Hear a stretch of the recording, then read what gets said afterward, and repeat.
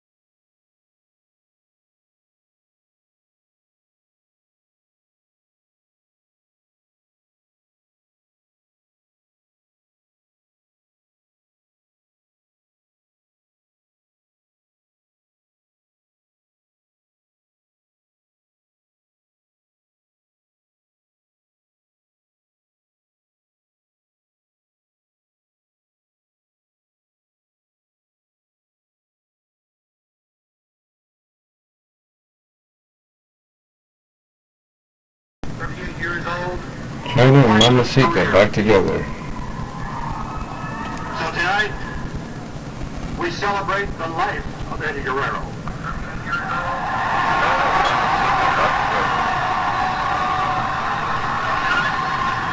Eddie Guerrero loved this business. He loved it. He had a passion for it like no one else. And he loved to perform. What now? More than anything else, whether he was food or whether he was cheering, he loved to perform for it. Welcome to Talk Show. At this time, I would ask you all to stand. We're now joining the call. As we clear the battleship by. You are unmuted.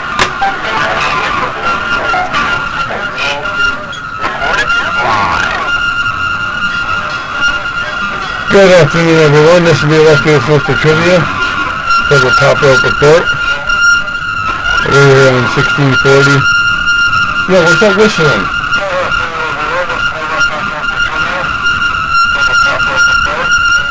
Chris, you hear that?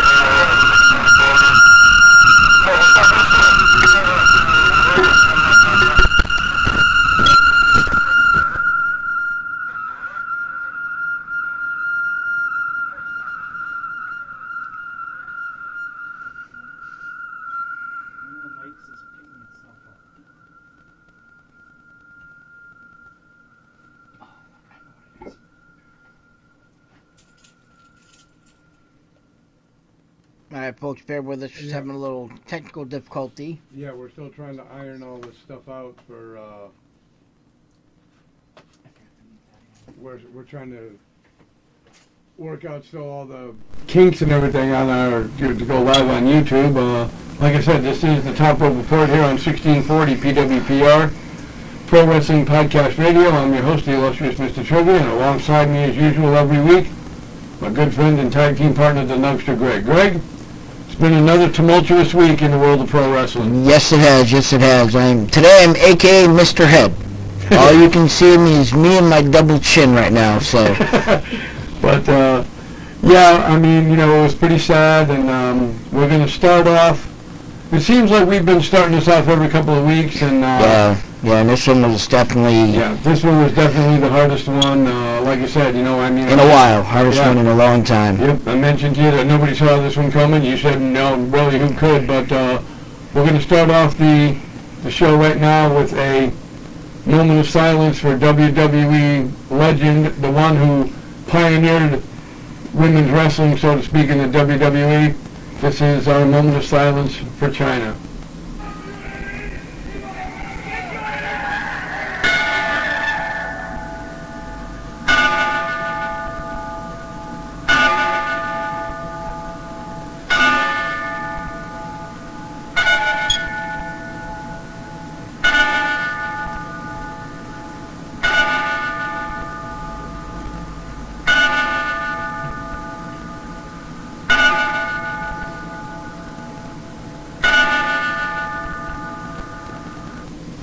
Thank you. Rest in peace, Johnny.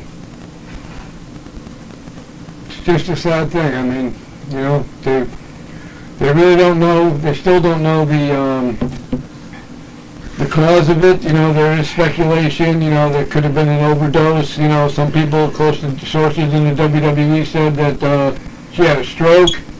I mean, only time will tell. But there's reports out there that I read that her manager and best friend, I forget his name, Armando or something like that. The last talk to her, I believe, was Sunday. It never goes more than a day without actually speaking with her. Tried contacting her Monday and then Tuesday to no avail, and when he didn't get a response on Wednesday, it's when he went to to her apartment and went into her bedroom where she was seen lying peacefully. And it wasn't until he, tried waking her that he realized she had passed. And now there's speculation about drug overdoses. They did find 2 prescription bottles, one of Ambien, which is a sleeping medication, and then Xanax, which is for people that are under a lot of pressure type deal. And but there was reports out that there was no overusage of the medication to any massive point as to where it would be detrimental to her health. Obviously, there'll be more of an investigation and stuff like that. But I mean, coming from me, I'm a licensed pharmacy technician.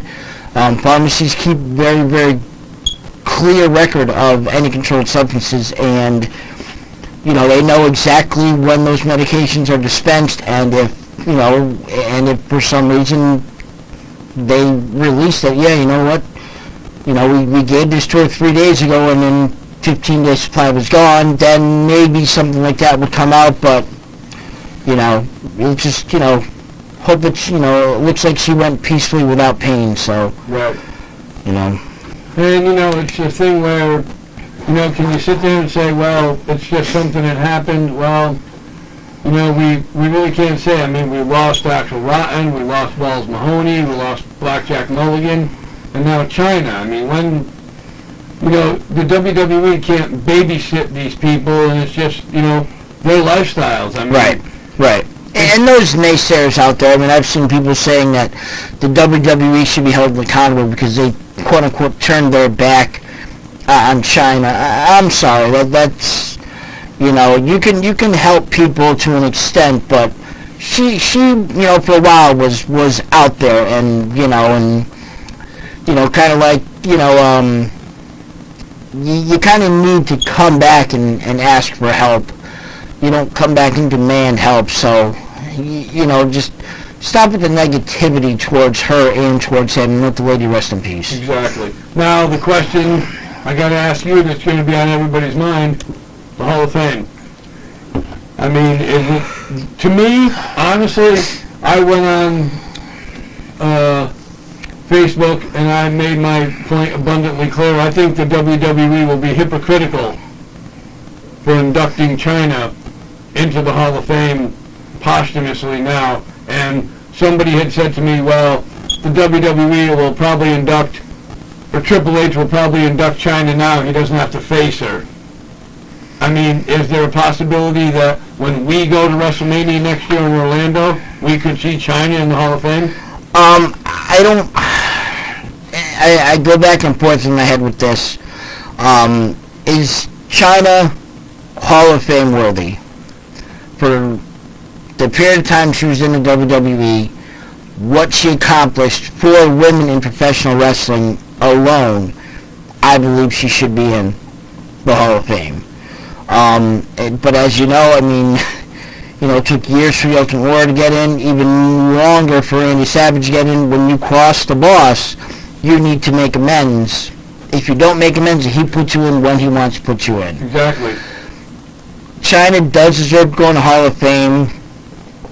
I hope, it's going to sound weird, I hope they don't do it this year, this next Hall of Fame class, because then you'll have your second guesser saying, well, the only reason why they're putting her in now is because she just died. Find some other female that you can celebrate, have her go in this year, and then properly celebrate China the year after, or something like that. Don't put her in now out of sympathy. Put her in when she can get better recognition. And I mean, maybe 11 months is enough time to be swept under the carpet. Maybe they announce it in February of next year, or March of next year, and maybe the blow will be lessened. But for now, just let the lady rest in peace. Exactly. And for all you other people out there who don't know, China was the only female to win the WWE Intercontinental Championship, and she was the first female in the WWE entered into a Battle Royal, a Royal Rumble. So that would probably, those were part of her accolades.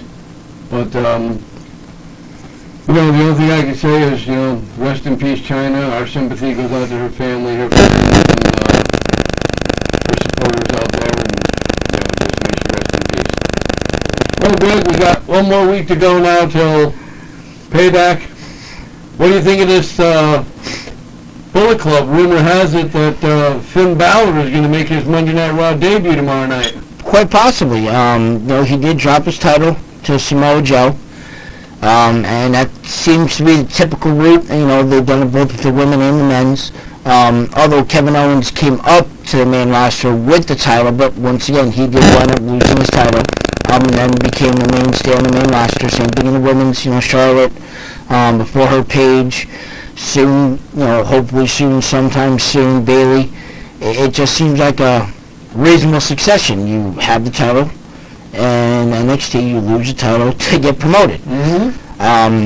So you would think it would make sense for him to come up, and they're looking, from what I've read, there's a quite strong possibility that you would see Finn Balor come up and align himself with Cass and Enzo and form the Balor Club, or whatever you want to call it. I don't think they would use the Bullet Club because that's from an outside organization.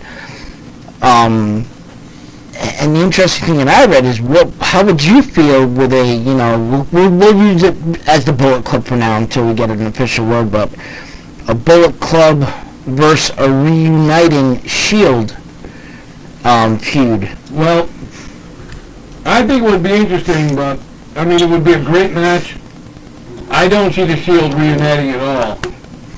Even though Seth Rollins is, scheduled to come back at, a later date, I don't think we still have a time frame on his return. Well, I read a while ago him and Randy Orton were supposed to join them on the European tour, but I haven't seen any reports they wrestled in dark matches or just live events out there, so not really sure where they left off with that. Okay. It would be an interesting match to see, but like I said, I don't see a reuniting Shield getting back together. What I would like to see, and there is a rumor going around, I believe you had mentioned it to me, somebody had talked to me about, that Seth Rollins was going to come back to the WWE with his WWE Championship. They have. No, I read that somewhere. I didn't mention it to you. I actually did read that somewhere also. That I forgot who it was that did that last. I remember reading the story and my mind just went totally blank. I don't know, you may have seen the Puppet Smoke come out. But yeah, there was a rumor that he would come back and say, I was going to be a non-world champion and start a feud with Reigns. Right. That should be something to see. We got AJ Styles against Roman Reigns right now for... Yeah, I think that's just a stopgap. I think they're probably have in the back of their mind their next feud for Roman Reigns, but I think just with the success and the popularity that AJ Styles has right now, and what's going on, that he's a man of the moment, and like I said, I just think it's okay. Let's throw AJ Styles in there. I could see, say Finn Balor coming up tonight, and AJ Styles kind of being out there with him, and then Finn Balor kind of screwing him over in the Roman Reigns match, and then maybe setting up a Finn Balor AJ feud, which I think could be phenomenal with the talent both of those guys have in the ring. Exactly. Do you think this is a little too early for AJ Styles? I don't know if it's too early. He's not a little young. He's been around the roost for a while. Just he was in a different form. He's been a mainstay. He's been a champion everywhere, every promotion he's been in. WWE is all about money, money, money, and right now he's bringing in the most bucks. He's getting the loudest cheers, and I think that's why you can easily put him in. Too for him to win the belt. Yeah, I think if they took Roman Reigns and had him lose his title after having it for 1 month, I don't see how they can ever race him back up to a heavyweight title picture ever again. Exactly. I agree with you there. He'd be down with like Ryback. Yep. And this is 1640 PWPR Pro Wrestling Podcast Radio. This is the Top Rope Report along with Mr. Trivia and my co-host, tag team partner, the Nugster Greg. How many matches do they have right now signed for this pay-per-view? I actually, honestly, had not looked that information up. Oh, okay. Well, Greg is getting that information for us. Definitely want to, tell all your fans you can see us now every Sunday live on YouTube. Just go to YouTube and then type in Top Rope Report space live, and you can see our two smiling, handsome faces every Sunday at 12 o'clock. We do have that window for an hour and 20 minutes whenever, whatever we decide to talk about, or how long the show ends. And, we want to thank Chris Crandall at KC Computers for setting all this up for us, for all your computer needs. Go to KC Computers. Also, our other sponsor, Johnny K from M&J Video Games, Collectibles, and First Base Sports. These two guys have been very instrumental in, getting us guests on the show, and, Chris was very instrumental in taking care of our 100th episode, which I got a lot of rave reviews on. Possibly another sponsor in the works for the show. No freebies, no freebies, no freebies. I'm wearing the shirt today. No, Jesus, that's a freebie. Hopefully, Damn it. hopefully it'll work out. But what do we have as far as this pay-per-view goes and match-wise? Right now the listing is 6 matches. Okay. The championship match to determine the number 1 contender for the tag team title. Enzo and Cass versus the Vaudevillains. Sami Zayn versus Kevin Owens in a singles match. Dean Ambrose and Chris Jericho in a singles match. Rick, can you hold on for a minute? The phone just went off. I didn't even touch it. Hold on for 1 second. That was odd. It just shut right off. Whoa, folks. See, that's what happens when Mr. Trivia gives away freebies. He's punished. It's fate, but we're still live on YouTube, so we can't just keep that not going. Exactly. But little technical difficulties there, so we'll allow the talk show audience to rejoin us. All right, we are back up now. And we'll recap what was going on. And so the finals for the tag team titles for number 1 contender, Enzo and Cass versus Vaudevillains. In the singles match, Sami Zayn versus Kevin Owens. Other singles matches, Dean Ambrose and Jericho. But right now there's 3 title matches. One is The Miz versus Cesaro for the Intercontinental Championship. The other is Charlotte with Ric Flair in her corner versus Natalya with Bret Hart in her corner, which I want to get your opinion on something about that in a moment. And then obviously when we already talked about was Roman Reigns and AJ Styles. Alrighty. With Bret Hart, okay, well, let's go back a few. Total Divas. Natalya's on Total Divas. They show how her father, the Anvil, is on that show with her quite often. They all went on vacation. If Ric Flair is the father of Charlotte, why isn't Jim the Anvil Neidhart the father of Natalya at ringside with her? Well, from what instead of Bret Hart. From what I understand, Jim the Anvil Neidhart does have some health issues. But you're telling me the man can't... unless they edited tons of footage, he walks around just fine while filming the Total Divas. Why did you unmute that again? Because we have a call on the line. Oh, I thought you unmuted the computer. No, we have a call on the line. Hello, caller, are you there? It's just not any call, it's the call, just keep laughing. Oh, how you doing today, Tony? Alright, let's talk China. I read that Linda McMahon put up a post. Come to find out, before Miss China dated Triple H, she was dating at the time one Brutus the Barber. Yes. I mentioned that to John yesterday. It is a sad thing that, there's so many of these wrestlers going at their ages. It's just sad. A lot of good talent dying early. Exactly. Granted, we know China had her demons. The film industry, her demons with, I'm sure there's a lot of demons with X-Pac and how things ended between her and Hunter. But if given the chance that she could still do it, she would be able to still wrestle till this day and probably compete for the WWE Women's Championship if she had that opportunity. Right.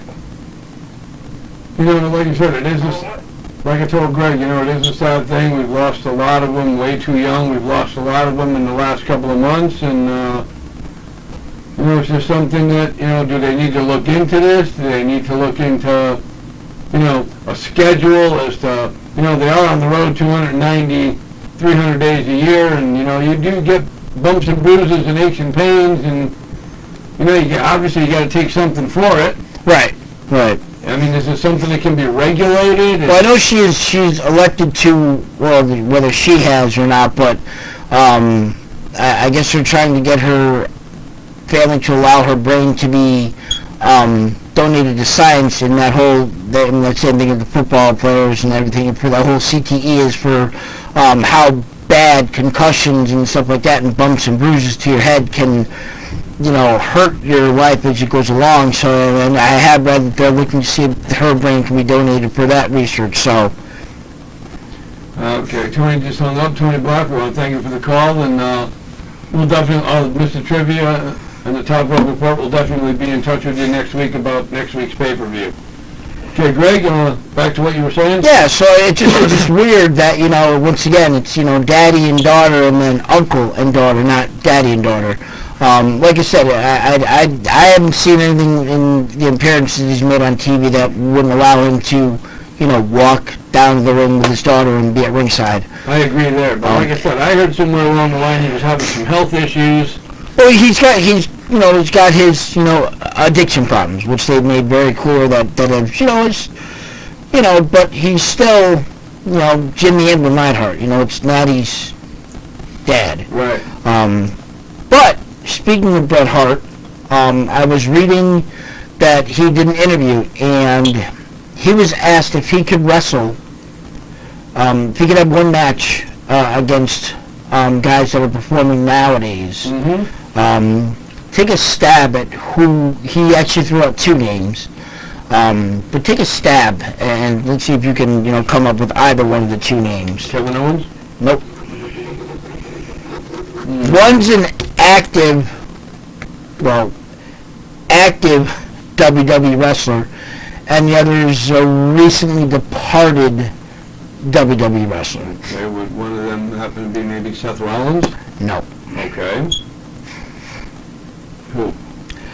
The first one he listed was CM Punk. He said he would love to wrestle CM Punk when he's in WWE, and he also would love to have gone up against Brock Lesnar, where he said skill would overcome power. And that brings me back to, I think people forget that Brock Lesnar is a very, very successful, accomplished wrestler. He's not just a beast, which is what the WWE portrays him as being, but he won collegiate, competitions, gold medals in collegiate competitions as, a wrestler. Yep.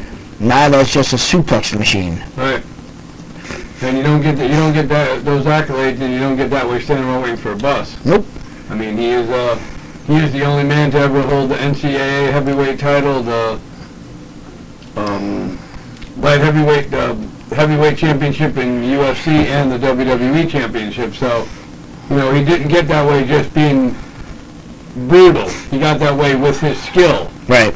And I can understand what Bret Hart's saying, and it definitely would be a great match. Unfortunately, we'll probably never see it happen. No, especially at this point. Right, because Bret Hart's got to be, 90? Something like that? Well, I mean, just even with the stroke that he had and the surgeries that he's had, he'll never be active in a ring. Right. Also, today is the 24th of April, 6 more days, and one of our family members from 1640 PWPR is excuse me, walking down the aisle. Congratulations goes out to the co-host of the Ken Reedy Show, Mr. Diamond Dave Rosenbluth. Him and his lovely bride-to-be, Nicole, they're taking their wedding vows on April the 30th, and we just want to say on behalf of the Top Rope Report, we want to say congratulations to the both of you, and may you live long and prosper in your wedded bliss. We'd sing happy birthday to you, but there might be a viewer or 2 on YouTube that we don't want to lose. Yeah, that's true. But, so this is 1640 PWPR, Pro Wrestling Podcast Radio, the Top Rope Report. We're also live on YouTube right now and TalkShoe.com. Give us a call at 724-444-7444. Our chat board is also up and running. And we're about, I'd say 7 or 8 minutes away from Nuggies News. So we're going to talk about... Let's talk about this payback card a little bit. I just want to talk about Bray Wyatt for a minute. I mean, he was injured on the European tour, but has anybody heard anything more about him? Yeah, he has a torn muscle. or a pulled muscle, sorry, and so the pulled muscle only stays a pulled muscle. He's actually out of action for approximately 4 to 6 weeks. They're hoping he can be back. I believe it's the Money in the Bank pay-per-view in June that they're hoping he can be back for. They're counting totally 100% out of this one and possibly out for Extreme Rules. Right. So as far as this pay-per-view goes now that's coming up, Yeah, there's only 6 matches. Obviously, in this day and age, can you pull off a good pay-per-view with just 6 matches? Or are they going to need to add something to this? Are they going to need to add, matches somewhere? I could think of a few big names that aren't anywhere on this card. The New Day, they're nowhere on this card. The Dudleys aren't on this card, although I've read a couple of things about, their possible involvement. But is this just a filler pay-per-view, or what do you think? Enzo and Kaz against the Vaudevillains for the number 1 contenders title. Aren't they going to have that match at the pay-per-view, and then the winner goes against the New Day that night for the title, or? There's nothing here that says that at all. It just says they become number 1 contender, which I would assume would be, at the next pay-per-view. Or maybe the next night on Raw. Yeah, possibly, quite possibly. But I think that they need to, I was sitting here thinking while you were talking about that, they bought up a lot of guys from NXT because the roster was riddled with injury.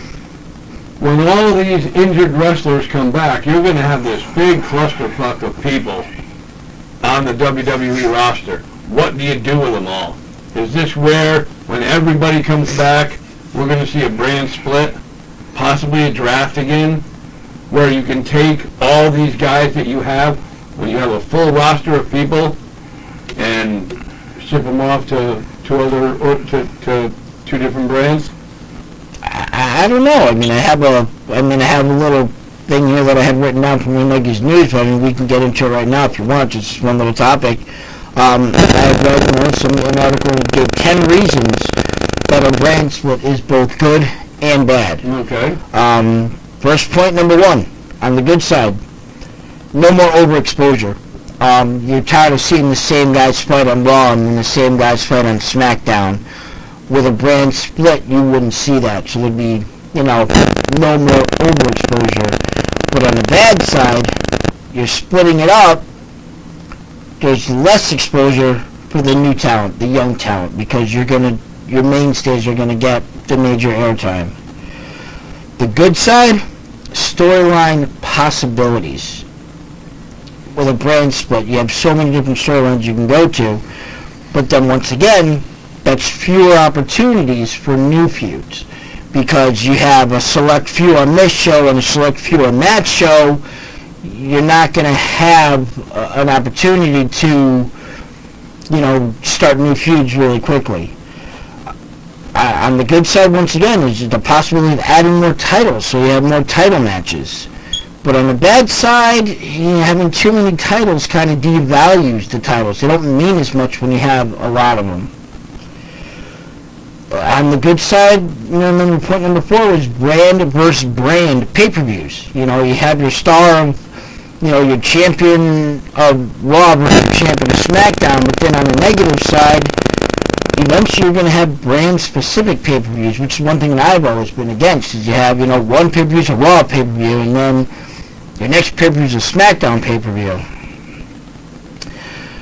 The good point, last number 5, is the draft. That was always a fun and exciting night to see who's getting drafted where, who's doing what, who's going where.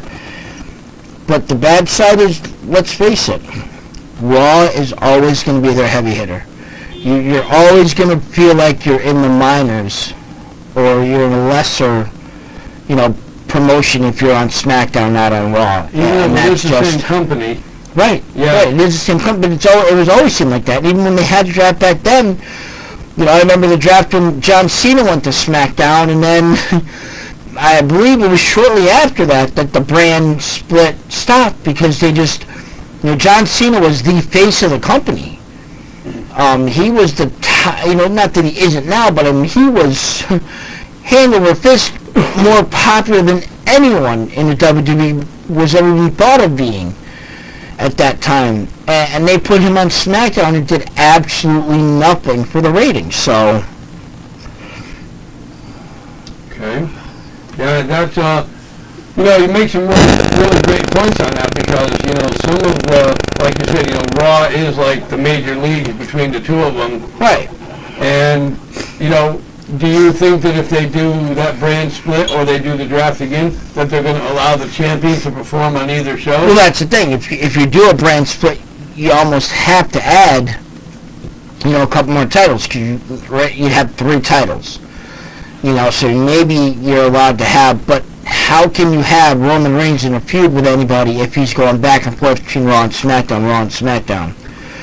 It just, you couldn't get any great storylines for having a champion having to do that.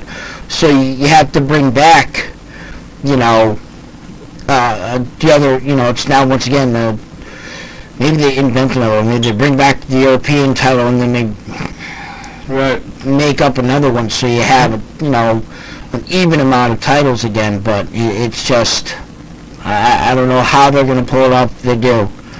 Right, and while we were talking about that, we might as well stay on the subject of it. Here it is, 12:30, bottom of the hour, and it's time once again for Nugget News. So take it away, Greg. Speaking of the brand split, this week, Monday Night Raw emanates from the capital of the state of Connecticut, Hartford, Connecticut, capital from our home state. It's about a 45-minute drive or so from Stamford to Hartford, so it is definitely rumored that the Authority will be making their first official appearance on Monday Night Raw since WrestleMania. And is this now to fuel the fire that Shane's actually been running the last 2 Raws, and Stephanie and Triple H are going to step up to take back what's rightfully theirs, and maybe that starts this whole confrontation between the two of them that could ultimately end in a brand split where Shane runs Raw and the Authority runs SmackDown or something to that effect. What do you think about that? I was sitting here thinking about that. Could we possibly see something building up to Triple H versus Shane McMahon for total control of the company? Ooh, that would be interesting. I mean, could it be at a SummerSlam? Could it be at a Survivor Series? Could this drag out to a situation where Vince is going to say, well, stop this. The only way we can decide is, there's too much confusion. Let's have one person run the company, Triple H versus Shane McMahon. Winner gets the company outright. I mean, Shane has already fought the best the WWE has to offer in The Undertaker. Why not go this route? Well, the Undertaker he fought was nowhere close to being the best the WWE has to offer. At WrestleMania, I mean, that's... Once again, he's no offense to the Undertaker, but he is a mere shadow of his former self. And this is the Undertaker from 5 years ago. Shane McMahon, and that's when he would have left realistically on a stretcher. Yeah. But speaking of the Undertaker, I told you last week he was pulled from the last 2 events. He was originally scheduled for 5. Then he was taken off the European tour. Then he was put back on for 2. Then he was taken off again. And it all boils down to the terrorist attacks in Belgium. They just felt that with the last second, travel accommodations he'd have to try and make, that it just didn't make sense to bring him out there with the heightened security and all that stuff. So that is why he didn't come out to Europe. But that's still going to, keep those rumors of him saying, after WrestleMania that, this is it. This is my last one. Right. So we'll still, we'll see what happens. I mean, it could, once again, it's just one of those where we don't see or hear anything from The Undertaker till after Royal Rumble next year. Right. You had mentioned about The Undertaker and the terrorist attacks. I was like, wow, don't tell me he had something to do with it. That was close. Yeah, him and Kane. Another superstar was thought to have been leaving the WWE, and that was Jack Swagger. On conclusion of their, European tour, he posted a tweet saying, best job I've ever had, last day. Does that mean that was his last day in WWE? Gotta hope so. Nope. No? He was just referring to the fact that was WWE's last event on the European tour, as they were then returning back to the States for tonight's Monday Night Raw and then SmackDown this week. So he was just bidding a fond farewell to the continent of Europe. Oh, okay. That, for a minute there I thought I was going to get my wish, and, yeah. We had spoken one time before about John Cena's performance at WrestleMania and how he was, quote unquote, medically cleared. And the fact of the matter is that he wasn't medically cleared for WrestleMania 22, but he was healthy enough to participate in the angle that he did at Mania with The Rock. It was just a brief little thing, really no bumps, no bruises, no anything. The shoulder definitely was, tight after him giving the AA that he did. And they're realistically looking at 2, possibly 3 more months till he is fully back in action in WWE. It doesn't mean he won't be back in the WWE sooner, but as far as wrestling, we won't see him. I don't think we'll see him this one. I don't think we'll see him at Extreme Rules. So I would say if he's targeting anything, he's probably targeting Money in the Bank. Which is before SummerSlam, correct? Yeah, it's in June. Okay. It's in June. So you saw the pay-per-view in July, which I don't know off the top of my head which one that is, and then SummerSlam's in August. Okay. But speaking of Money in the Bank, what would your thoughts be about the one and the only Dean Ambrose carrying around a Money in the Bank briefcase and torturing a champion? Well, it would be fitting. I mean, Dean Ambrose is, one of the top stars in the WWE. It's not, it wouldn't shock me or surprise me if he won the Money in the Bank. The guy that I'm looking forward to winning, if he's in it, winning Money in the Bank, Cesaro. I mean, sure, Cesaro has the match coming up with The Miz. And one of the other questions I meaning to ask you, Greg, is if Cesaro wins, He won't. Money in the Bank, but if he does... Oh, I thought he meant against The Miz. No, if Cesaro, but you almost answered my question there. See, we're all on the same wavelength here because we got that telepathy ESPN. Has there ever been a Money in the Bank ladder match winner that was the Intercontinental Champion? No, I don't think so. Not that I can ever recall. I don't recall it either, but if he doesn't win the Intercontinental Championship against The Miz, I would like to see Cesaro win Money in the Bank. Dean Ambrose would definitely be, I would say, the odds-on favorite to win it. And then, cash it in anytime within 1 year. It depends on who's in it. I still like my thought that this year's Money in the Bank ladder match winner has got to be Brock Lesnar. That way he can torture people at his, Roman Reigns in a fight, and then all of a sudden Brock's music comes on, but he doesn't come out as Paul Heyman or something to that effect. And that's who I would love to see win that, Money in the Bank. And he is actually due to come back to WWE, as they will be in Hawaii in June, and he's advertised to be returning to the WWE while in Hawaii. I mean, why not? What the hell? It's the first time they've been to Honolulu in years and years. So why not take a nice little plush vacation and go to Hawaii and rejoin, his fellow WWE stars while he's down there? I was thinking about that too, because I believe that Alaska and Hawaii are the only 2 places that the WWE has never done a show. Well, knock Hawaii off the list this year. They'll be there in June. That would be great. What's your take on your girl coming back, Maurice?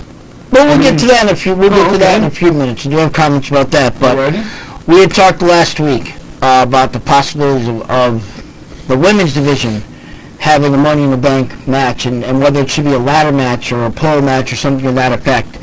Well, this past week on TNA, the TNA Knockouts actually had a ladder match for control of the women's division. And some of the things that they did with the ladder were obvious, where, the girls were already falling down with the ladder when somebody gave it a drop kick, but have to give them credit for going at it with a ladder, taking the chances. A little thumbs up to that. I can't take credit for the suggestion this time because they taped TNA a month ahead of time, but the They did lose a little bit after that. Christy Hemme has officially announced that she is done with TNA, as has Velvet Sky. I've also read that there's a possibility that NXT may give Velvet Sky an opportunity to earn a contract in NXT. So how do you think, a lady like Velvet Sky, I know you probably haven't seen her wrestle that often, but thoughts of with the way the Divas division is going now, somebody like Velvet Sky coming into WWE, what do you think the likelihood of her being successful would be? Well, I was talking to somebody yesterday about that same situation, and he was very adamant about there's no way Velvet Sky would ever come to the WWE. Now, I was thinking, you've got the manager for Enzo and Kaz. I believe that was, can't remember her name right now. Carmella or something like Carmella. that? Yeah. If they bring Carmella in to rejoin Enzo and Kaz, who's Enzo and Kaz been having a feud with? The Dudleys. Why not bring Velvet Sky in for the Dudleys? What would Velvet Sky have to do with the Dudleys at all, though? She was dating Bully Ray. That's why from what I that was a Well, from what I stupid, dumb storyline that TNA had. But from what I understand that they're still together. I mean, could that have just been a storyline for TNA, or are they really dating, or? I mean, last I read, he was still happily married. Oh. I mean, Hogan, things right? could Remember have. they had Yeah, exactly. One of another great TNA storylines. Yeah, really. But I don't know. I would like to see Velvet Sky in the WWE. I think it would be another notch on the belt for the Divas. Okay. I think her. I can't imagine her. She's not that great of a wrestler. I would just imagine her getting stuck into a role, not getting any higher than, say, Summer Rae. Where she's just, somebody that, beautiful looking, nice body, nice ass, nice tits, whatever you want to say, gets in a ring and is never going to win. It's always going to, maybe occasional, upset of somebody to kind of distract them from the feud they're in, but, like a Summer Rae type character. I mean, I could see that, but I mean, the WWE is probably the type of people that, would the WWE put Velvet Sky in a big-time match right away at a pay-per-view? I don't think she's that high on any Divas list or any Knockouts list to be able to do And that. by the way, that is Connecticut's own Velvet Sky. Yes, Waterbury, Connecticut, Yeah, originally. Waterbury, yep. Let's stick with the women. Total Divas. They were up to a very, very good start. Ratings slowly started to rise. Well, this year ratings have started to dip a little bit. But the most popular part of the show is still the Bellas. To the point that they're actually having a spin-off series called Total Bellas, where you'll get to see the ins and the outs of their full lives, including their families and significant others, i.e. John Cena and Daniel Bryan, John Laurinaitis, everybody that they're totally involved with will be mainstays on that show. Kind of makes me intrigued because, being, a Daniel Bryan fan, getting to see more into, his life. They've been kind of dually filming season 1 for Total Bellas while doing filming for Total Divas season 6. As we said, there are some changes to Total Divas as Alicia Fox, Rosa Mendez, and Mandy Rose, or Amanda Sacramone, will be leaving the show. And as previously reported, Naomi's returning to the show, as is now permanent characters on the show. Somebody that may get you interested in watching, which I just found out was going to be on the show, is Lana, along with my two new favorites. One who's just been I've been being more adored by week after week, and that's Renee Young. And then the one and the only, the woman after my heart instead of Miz, is Maurice. I definitely think that, those three adding, you get to see, the interesting is Lana going to be in character, out of character. I mean, it's a reality show, so you'll get to see that real life behind the scenes, relationship with her and Rusev. Right. With Maurice and The Miz, Renee Young and Dean Ambrose. So I think that definitely adds an interesting factor to that show. Right, and if I should happen to watch Total Bellas, if I hear John Laurinaitis say "people power" one time, I'm turning it off. But yeah, that sounds like it would be an interesting cast. I mean, like you said, looking into the personal lives of Maurice, The Miz, Ambrose, Renee Young, that's going to be something that's going to be quite interesting to see. Yeah. But I think their next season doesn't start until after the summer, so, pretty much goes, SummerSlam to WrestleMania is when they film and, kind of flip-flop it. Right. So this is 1640 PWPR, Pro Wrestling Podcast Radio, and the Top Rope Report, live here on YouTube and TalkShoe.com. We are here at the studios of the Top Rope Report, along with Mr. Trivia and my co-host and tag team partner, the Nugster Greg. We were just, talking about different things and everything in the world of wrestling. You had a chance to see TNA. Yep, I saw some of it, yeah. Unfortunately, I don't get the station where I'm from, but I did get a chance to watch NXT. So you did get that chance. Well, I do, but I couldn't get it on my they had some Pop TV or whatever it was, but it's on Wednesday nights, right? Yeah. 9 o'clock? Yep. I didn't get it. No, it wasn't scheduled on my TV, but I don't know what they were doing. But I didn't get a chance to see it. I did see NXT. Didn't see the Samoa Joe Finn Balor match, but I did see the last one they had, which was an awesome card. But Nia Jax is she's a force to be reckoned with. Really? I haven't seen much of her. Oh yeah, she's something. Her and Axa will definitely be a match for the ages. And it's a thing where we get back to the pay-per-views again. You said that the WWE has got the pay-per-views mixed up. They've got... Well, no, not the WWE. There's one website that has, it's Sky Sports or whatever it is, has two of the pay-per-views reversed. Not the WWE. Oh, okay. And, they listed Extreme Rules instead of Payback, and then, that's all it was. And the big topic we've been talking about is the WWE pay-per-views itself. I mean, are there too many? Do they have enough people on the roster, even bringing the guys up from NXT, to make decent matches on these pay-per-views? Now you've got a feud coming up, Baron Corbin and Dolph Ziggler. Right. That's not on the card yet. Yeah. Could that be added to this pay-per-view card? Something to see. Yeah, I definitely think I would. It's only 6 matches. They're gonna put a match on the pre-show. Right now, I don't know which match that would be, but you're trying to fill 3 hours. You can't do it unless you're gonna have a bunch of 20-minute matches, which we know they don't do in the WWE. But right. With this card, they very easily could. There's not one right now. All 6 matches. I mean, even with Charlotte and Natalya. You can pull off a good 20-minute match with them and not lose anything. So yeah, it is possible that they leave these 6, only as the pay-per-view. But I gotta imagine they're gonna add, another match or even 2. We still do have a Raw and a SmackDown before the pay-per-view. So I mean, I think that we've seen them, go into weeks before pay-per-views only have 3 or 4 matches, and all of a sudden, a bunch come out. Right. Are we keeping you awake, Mr. Trivia? No. Oh, okay. No, not at all. So you're falling asleep. No. It's not a pay-per-view. It's not a pay-per-view. Yeah, Stay awake.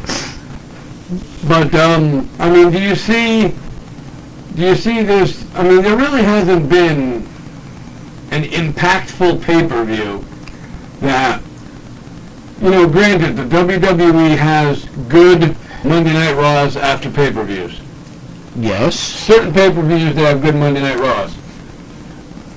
I mean, is this the Monday Night Raw that, we watch it every Monday night, okay, but is there a match on this card that you hope carries over to Monday Night Raw? Like, you have AJ Styles against Roman Reigns for the title. Roman Reigns comes out of there with the title.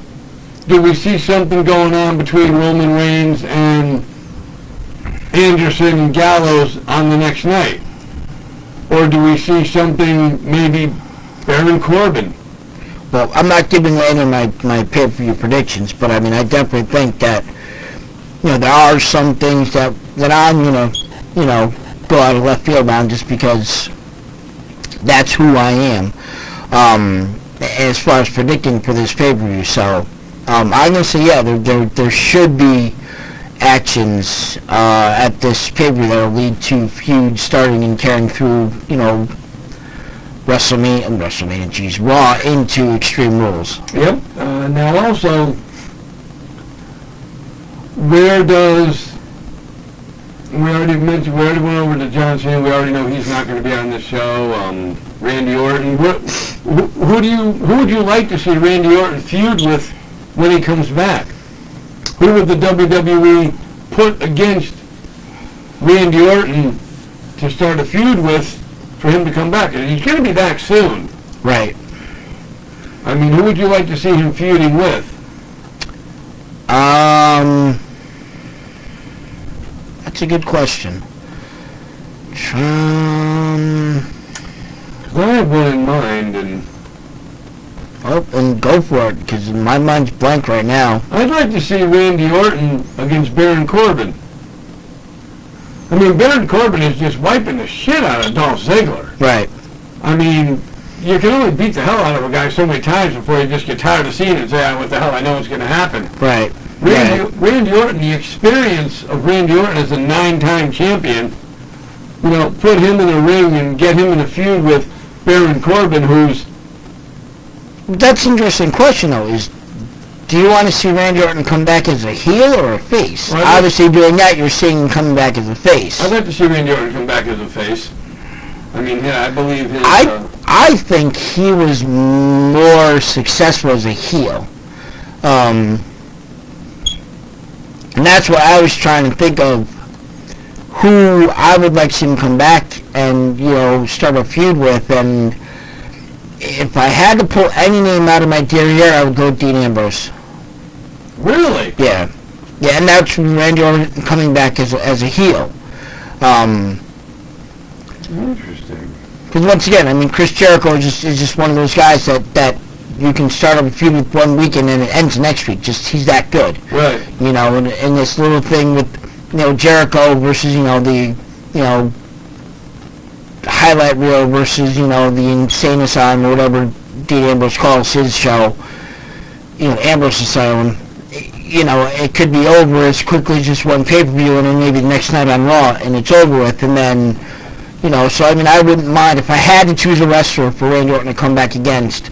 I would look at, I would like to see him in a, feud with Dean Ambrose. Interesting. Now, if Finn Balor makes his Monday Night Raw debut tomorrow night, where would that be? Would he come out with Anderson and Luke Gallows? I think Gallows and Anderson would come out first. And then they would introduce him, or? Then he would come out to some effect. Maybe they would beat down Roman Reigns or something, or start to beat down Roman Reigns or something to that effect, and then, Roman Reigns would stand tall against him, and then, not the 3-on-1, something like that maybe. I don't know, but I would think, I don't know if they would bring him out as just a surprise. Maybe there's somehow Roman Reigns aligns with the Usos, and so it's 3-on-2, and then, Finn Balor comes out to make it a 3-on-3, 6-man tag match type thing. Something like that, and then, carry on away from there. Okay.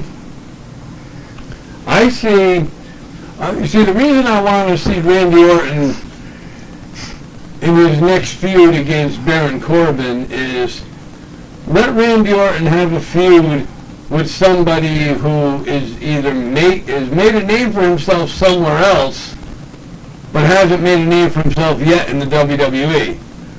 I mean, Dean Ambrose has made a name for himself in the WWE.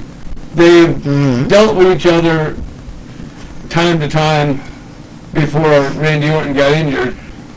And Baron Corbin is an up-and-coming wrestler coming out of NXT, he's a young guy. Let Randy Orton and let Baron Corbin get his feet wet going up against somebody like Randy Orton, or maybe going up against somebody like John Cena. He comes in and gets his feet wet. Now, correct me if I'm wrong, but more often than not, when an accomplished wrestler that has had great success leaves for any extended period of time, they come back. They typically come back. What's the word? My mind just went blank again. Not to lose, to be, whether it's hated or loved, whether good guy or bad guy is regardless, but they come back to not put somebody over, but to get themselves over someone. So in your vision, Orton comes back from his long, injury to lose. Or am I misreading what you're saying? No, I think you're misreading what I'm saying. Put Baron Corbin against Randy Orton for his next feud. Let Baron Corbin face a wrestler the caliber of Randy Orton. I mean, obviously, to lose? No, not to lose. Well, then then you're bringing Randy Orton back to lose. No, have Randy Orton beat Baron Corbin, and then Baron Corbin gets buried. That's if you're trying to build somebody up, you can't have him lose to an accomplished wrestler. And I don't think you're going to bring an accomplished wrestler back from an injury. My opinion, I've been wrong plenty of times before. As have I. But I just don't understand the reasoning for bringing somebody back off of injury into a feud to lose that feud. That's so what you're saying to is build somebody up. If somebody's already built up, right. That's fine. Rollins comes back and he goes at Roman Reigns. Well, that's fine. If he doesn't come out on top, it's okay because they're both already accomplished. But Seth Rollins coming in and taking on Finn Balor to go over Finn Balor kind of diminishes the chances of Finn Balor being something big. AJ Styles not coming out on top of Chris Jericho. You know what I mean? It's just... Yeah, okay. Now, that would be a fear. It would be a fear that... Now, with Randy Orton and Dean Ambrose, I mean, he's got two accomplished veteran wrestlers, so whoever goes over, goes over. And whoever's not over is still going to be over with the fans. Right. Where you're trying to build a legacy, and I think putting him in a feud with like that, I mean, I think with Ziggler is perfect, because once again, Ziggler, he's that, ever-changing character. He's a heel, he's a face, he's a face, he's a heel, he's a hated face, and he's a loved heel, whatever. He can do it all. So him going over Dolph Ziggler is great. That's perfect. Keep him doing that. Maybe after that, he goes over Sheamus. Not that Sheamus is not heel, something like that. We can still build things up that way. Right. Do you see, you had mentioned Sheamus and Rusev before, Del Rio. Do you see somewhere down the line AJ Styles joining up with the Bullet Club in the WWE to make a new faction in the WWE? I plead the fifth. Okay, he's not going to answer that on the grounds that we're going to incinerate him. But, I mean, I can see that happening. I have a totally different vision, but I mean, I can see that happening.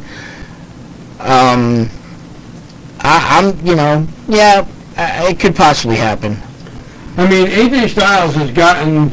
But they don't let factions stay together anymore, and that's the thing. And I think that's the problem with some of the factions, and I think that's why this League of Nations failed. Because when you had the Shield come in, realistically, they're a bunch of quote-unquote nobodies.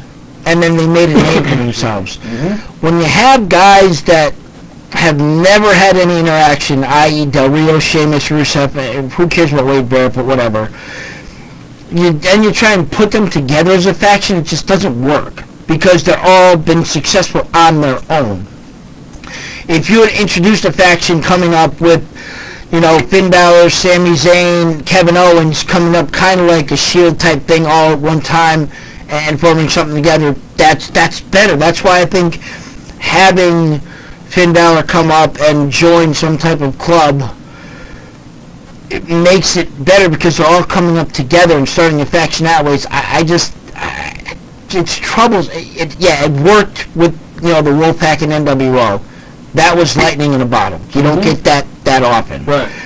So I think them trying to put these together, the New Day, they were 3 separate guys, but Big E was kind of the bodyguard type atmosphere, and and it put them together, and but it doesn't happen all the time.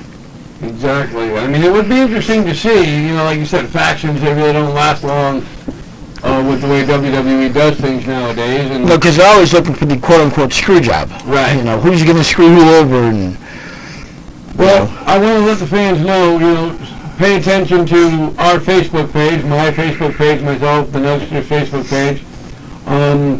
We're kind of up in the air about the pay-per-view pre-show for next week. We will definitely post it as to when. Well, it'll be 6 o'clock. Yeah, it'll be 6 o'clock. It's just a matter of whether the YouTube live stream is what's in question right now. Right. We will definitely be able to do it. I have an engagement with work that I can be done with any time between 2 o'clock and 5:30, which doesn't leave much time to get everything together at the studio to do the live YouTube. But, I'm done at 5:30, 5:45. I'm just, 10 digits away from dialing into the show. Exactly. And we've done that before with very, very good success. Yes. So if that happens to be the case, the pre-show will be next Sunday. Yeah, unless they change the pay-per-view to Tuesday or something. It will be next Sunday. It will be 6 o'clock. Like the Nugster said, more than likely it's not going to be the YouTube feed next week. Well, I wouldn't say more than likely. It's, Well, it depends on the time you get out of the work function. Right. Like I said, I can be out as early as 2. So, stay tuned. You'll never know what you find out. Does that mean we're over? No, not yet. We're done? Not yet. Okay. Not yet. Also, I just want to, give a shout out to Tony Black. I want to thank him for calling in. Also, yeah, why did you end so quickly though? I didn't say goodbye or nothing. How rude. Jeez. I just want to put out there that next Saturday, at the Joseph Malolo Middle School in East Haven, Connecticut, will be Mario Mancini and Paul Romo's wrestling show, Paradise Alley Wrestling. They will be doing a show on April the 30th in East Haven, Connecticut. Also, May 7th, Northeast Wrestling. Matt Hardy will be on the show, going against the Army of One, Brian Anthony. The War Hero. Used to be the War Beard, but he's now the War Hero. War Hero Hansen will be defending his Northeast Wrestling Championship against Connecticut hardcore icon Ron Zombie. And the match that I'm kind of looking forward to seeing, a Waterbury street fight. Bull Dread versus Wrecking Ball Nagurski. You got 2 big men. Wrecking Ball Nagurski jumped Bull Dread at the last show. Bull Dread was kind of upset about it. Called Wrecking Ball Nagurski a coward in so many words. Told him to step up and man up. The man wasn't. I don't know if it's an exact quote. But wasn't more like you coward. I believe so. Okay, like I said, it wasn't an exact quote, but right. The beep machine was going off good that day. Yes, it was. Good thing it was a 7-second delay. Right. And Wrecking Ball Nagurski is a big man. He's 400 pounds. Bull Dread down to 265 now. So he's been hitting the weights hard, been hitting the gym. The Wrecking Ball Nagurski Bull Dread last match only lasted 1 minute. Yep. Wrecking Ball Nagurski, like I said, attacking Bull Dread, and Bull Dread wanting his revenge. So May 7th, Northeast Wrestling at the Bethany Town Hall. Wrecking Ball Nagurski and Bull Dread in a Waterbury street fight. To my knowledge, Bull Dread has never lost a Waterbury street fight, being from Waterbury, his hometown. He's got Well, the. has a Wrecking Ball wrestled ever in Waterbury? I believe he was on. Has he wrestled in the Waterbury Street Fight though? No, he hasn't. So then he's undefeated also. Yeah, that's true too. He's undefeated also. So somebody's undefeated streak Yep. will end. And it's going to be one for the ages for you NEW fans. Unfortunately, the Nugster will not be able to attend that show due to work obligations. Mr. Trivia was just notified yesterday by Tony Black that Tony Black will be attending the show and has invited Mr. Trivia along with him to go to the show, which I'm kind of looking forward to because it will be my first full official NEW full show. I mean, we did see NEW at the North Haven Fair. And that wasn't a full show? Well, that was like 4 or 5 matches, I think it was. 6 matches. Oh, okay. This is like 9 or 10 matches that they're going to have. Okay. We saw a title match, we saw a couple matches, Yeah. tag match, and Bill Dredd wrestled there too, and didn't you actually take on... It was Bull Dredd and Ron Zombie against the Battle Brothers. That's right, That was that's the right. first time that Bull Dredd and Ron Zombie, 2 Connecticut hardcore icons, That was together. the first time I actually had the pleasure of meeting Bill Dredd. Yes, Bull Dredd is a fine gentleman, a very good talent in the wrestling business for a big man. Hot day. Yes, very hot. Not as hot as it was in No. PWA that day, That was... which they have Friday night fights every Friday night at the PWA Wrestling School at 30, I believe it's 33 Sandbank Road in Cheshire. Go on down and see it. It's 5 matches for $5. They now have a new Ox Baker Old School champion. Well, he's been there for almost a month now, actually, I believe. Joseph Von Schmidt, who defeated Wrecking Ball Legursky. Hopefully, within another 2 weeks, I'll be putting an interview up that I did with the new champion, along with a few others from PWA. I finally got a chance to get the interview I wanted to get from this tag team for a long time. I've been following their career for a long time. It's Team Certified Sexy. Gino and Nutrius X. I got a chance, they're out of New Jersey. I got a chance to see them wrestle. Got a chance to interview them. So any indie promoters out there who are looking for a good tag team to sign, you might want to look into these guys because they're going places in wrestling and in the indie circuit, and maybe someday we'll see them at the big dance someday. Oh, speaking of tag teams in the big dance, I did read something in reference to the New Day. Mm-hmm.